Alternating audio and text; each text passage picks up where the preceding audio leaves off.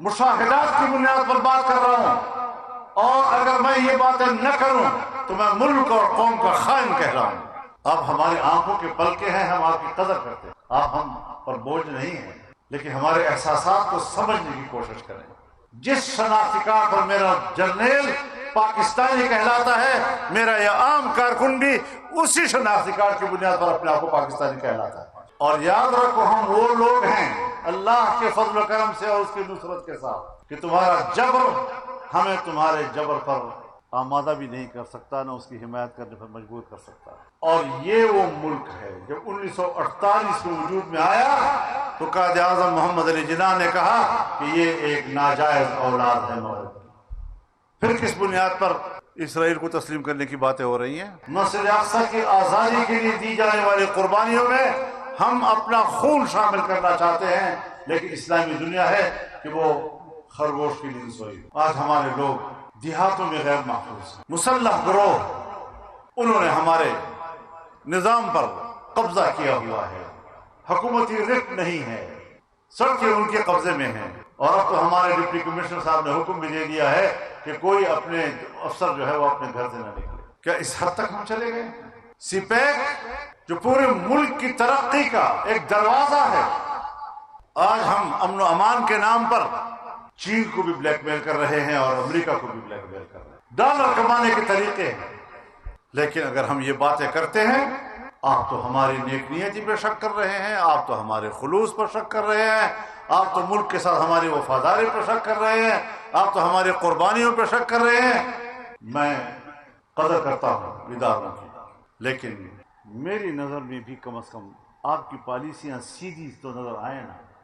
میں نے بھی تو ان صحراؤں میں 40 سال سے زیادہ صحرا گردی کی ہے، میں بھی تو ان غلام گردشوں کا 40 سال سے ایک آوارہ گرد رہا ہوں، آنکھیں بند کر کے بات نہیں کر رہا ہوں، مشاہدات کی بنیاد پر بات کر رہا ہوں، اور اگر میں یہ باتیں نہ کروں تو میں ملک اور قوم کا خائن کہہ رہا ہوں۔ اپنا رخ سیدھا کر لیجیے، اپنا قبلہ درست کر لیجیے، آپ ہمارے سروں کے تاج۔ کہتے ہیں کہ آنکھوں کی پلکیں یہ آنکھوں کی محافظ ہوتی ہیں، آنکھوں کے سرحدات کی حفاظت کرتی ہیں، آنکھ پر بوجھ نہیں ہوتی، لیکن اگر پلکوں کا ایک بال بھی آنکھ کے اندر گرتا ہے تو آپ بتائیں کہ پھر آنکھ احتجاج کرتا ہے یا نہیں، اشک بہاتا ہے یا نہیں؟ تو یا تو کبھی وہ بال جو اپنے حدود سے تجاوز کر کے آنکھ کے اندر آ گیا، اپنی حفاظتی ذمہ داری سے دستبردار ہو کر آنکھ کے اندر آ گیا، یا تو اشک بہاتے بہاتے وہ آنکھ سے نکل جائے گا، ورنہ پھر اسے نکالنا پڑتا ہے۔ آپ ہماری آنکھوں کے پلکے ہیں، ہم آپ کی قدر کرتے ہیں، آپ ہم پر بوجھ نہیں ہیں، لیکن ہمارے احساسات کو سمجھنے کی کوشش کریں۔ یہ ملک ہم سب کا ہے، ملک کا بہت بڑا جرنیل کیوں نہ ہو اور میرا یہ غریب کارکن کیوں نہ ہو، دونوں کے پاس پاکستان کا یکساں شناختی کارڈ ہے۔ جس شناختی کارڈ پر میرا جرنیل پاکستانی کہلاتا ہے، میرا یہ عام کارکن بھی اسی شناختی کارڈ کی بنیاد پر اپنے آپ کو پاکستانی کہلاتا ہے۔ قوم کی قدر کرو۔ ہماری زندگی اجیرن ہو گئی ہے، ہم گھروں سے باہر نہیں نکل سکتے، سڑکوں پر آمد رفت ختم ہو گئی ہے، اور یہ ہمارا جو موٹر وے ہے یارک کے پاس، پل کے نیچے مسلح لوگ ہیں، پل کے اوپر فوج کھڑی ہے۔ یہ میں بلا وجہ نہیں کہہ رہا، یہ مشاہدے دیکھے گئے ہیں۔ یہ ہے ہماری دہشت گردی کے خلاف جنگ، اور ہمارا جو چوتھا ستون ہے آئین کا، وہ ہمارا پارلیمانی طرز حکومت ہے۔ دو ایوانی مقننہ عوام کے ووٹوں سے منتخب ادارے ہوتے ہیں، یہاں لوگ بکسے میں ڈالتے کچھ ہیں تو بکسے سے نکلتا کچھ ہے، تو اس طرح کے الیکشن پھر قبول نہیں کیے جا سکتے۔ اور یاد رکھو، ہم وہ لوگ ہیں اللہ کے فضل و کرم سے اور اس کی نصرت کے ساتھ کہ تمہارا جبر ہمیں تمہارے جبر پر آمادہ بھی نہیں کر سکتا، نہ اس کی حمایت کرنے پر مجبور کر سکتا۔ ہم نے پہلے دن کہا تھا کہ یہ الیکشن دھاندلی ہے، آج بھی کہتے ہیں یہ الیکشن دھاندلی، چاہے ہمارے صوبے کا ہو چاہے باہر کے دوسرے صوبوں کا۔ پھر کیسے ملک چلے گا جو عوام کو نمائندہ ہی نہیں؟ وہ عوام کا ان مشکل میں کیسے مقابلہ کرے گا؟ جب شہر پر مشکل آتی ہے تو ہمارا منتخب نمائندہ علاقہ چھوڑ جاتا ہے، بھاگ جاتا ہے، قوم کے سامنے آنے کی ضرورت نہیں کر سکتا، لوگوں سے بات کرنے کی ہمت نہیں رکھتا۔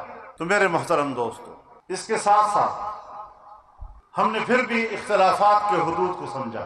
شنگھائی تعاون تنظیم کا اجلاس پاکستان میں ہوا، پاکستان کو میزبانی کا شرف ملا، یہ ہمارے لیے اعزاز ہے، قوم کے لیے اعزاز ہے۔ ہمیں ادراک ہے اس بات کا کہ ہمارے ملک کی معیشت کمزور ہے، معیشت کی بہتری کے لیے اگر کوئی اقدامات ہوتے ہیں ہم اس کا راستہ نہیں روکا۔ آپ جانتے ہیں میں نے خود اپیل کی کہ حزب اختلاف کو بھی ان دنوں میں مظاہرے نہیں کرنے چاہیے اور حزب اقتدار کو بھی ترمیمی بل پر ان دنوں میں بحث نہیں کرنی چاہیے، تاکہ یکجہتی کا پیغام جائے، تاکہ پاکستان کا اعتماد بحال ہو۔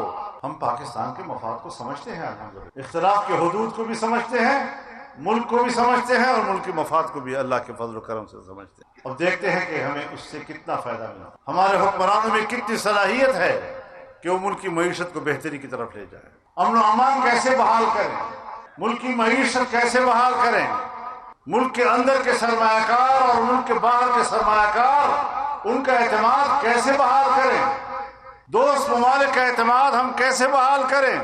اور پھر ہمیں یہ بھی نہیں بھولنا چاہیے کہ ہمارے سامنے مسجد اقصی بھی ایک بہت بڑا مسئلہ ہے، ہمارے ایمان کا مسئلہ ہے، جو آج صہیونیوں کے قبضے میں ہے، اور ان کے قبضے سے آزاد کرنا مسلمانوں پر فرض ہے۔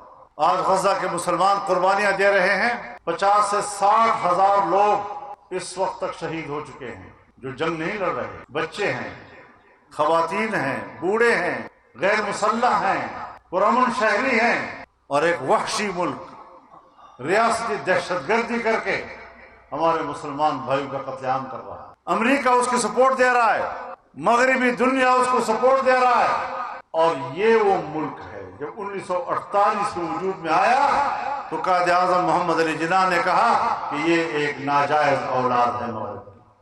فلسطینیوں کے ساتھ ہمارا تعلق اور ہمارا رشتہ جس طرح 1940 کی قرارداد کو ہم قرارداد پاکستان کہتے ہیں، اسی سن 1940 کی قرارداد میں فلسطینیوں کی حمایت کا ذکر ہے اور فلسطینی سرزمین پر نئی بستی کے قیام کی مخالفت کی گئی ہے۔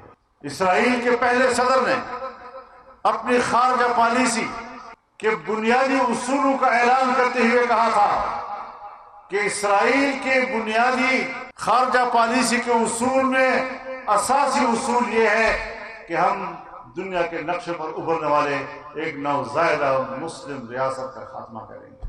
تو ہماری رائے بھی ان کے بارے میں معلوم اور ان کی رائے بھی ہمیں معلوم۔ پھر کس بنیاد پر اسرائیل کو تسلیم کرنے کی باتیں ہو رہی ہیں تاکہ ایک بار پھر ہم دوسری قسط کشمیر کو بیچنے کے لیے جواز پیدا کر سکیں۔ کشمیریوں کے خون پر ہم نے 77 سال سے سیاست کی ہے، ان کی عزتوں پہ سیاست کی ہے، آج ہم نے ان کو بیار و مددگار چھوڑ دیا ہے، لیکن پاکستان کے عوام ان کو تنہا نہیں چھوڑیں گے انشاءاللہ۔ تو میرے محترم دوستو، گزشتہ سال 7 اکتوبر کو جنگ شروع ہوئی، 14 اکتوبر کو پشاور میں مفتی محمود کانفرنس تھی اور اس کو ہم نے طوفان اقصی کانفرنس میں تبدیل کر دیا۔ ابھی 7 اکتوبر کو کراچی میں جلسہ، تمام مذہبی جماعتوں پر مشتمل جلسہ، لیکن جمعیت کے کارکنوں نے اس جلسے کو ایک منظر عطا کیا۔ آج ایک بار پھر 8 دسمبر کو پشاور میں اسرائیل مرد آباد کانفرنس ہوگی اور بہت بڑی عوامی سطح پر ہوگی انشاءاللہ۔ ہم کشمیریوں کے ساتھ بھی کھڑے ہیں، ہم فلسطینیوں کے ساتھ بھی کھڑے ہیں، مسجد اقصی کی آزادی کے لیے دی جانے والی قربانیوں میں ہم اپنا خون شامل کرنا چاہتے ہیں، لیکن اسلامی دنیا ہے کہ وہ خرگوش کی نیند سوئی۔ ہم ان کو بھی احساس دلانا چاہتے ہیں کہ صرف بیانات سے کام نہیں چلے گا، قراردادوں سے بات نہیں چلے گی، ایک عملی طور پر آپ کو اقدامات کرنے ہوں گے تاکہ اسرائیل کو پسپائی پہ مجبور کیا جا سکے۔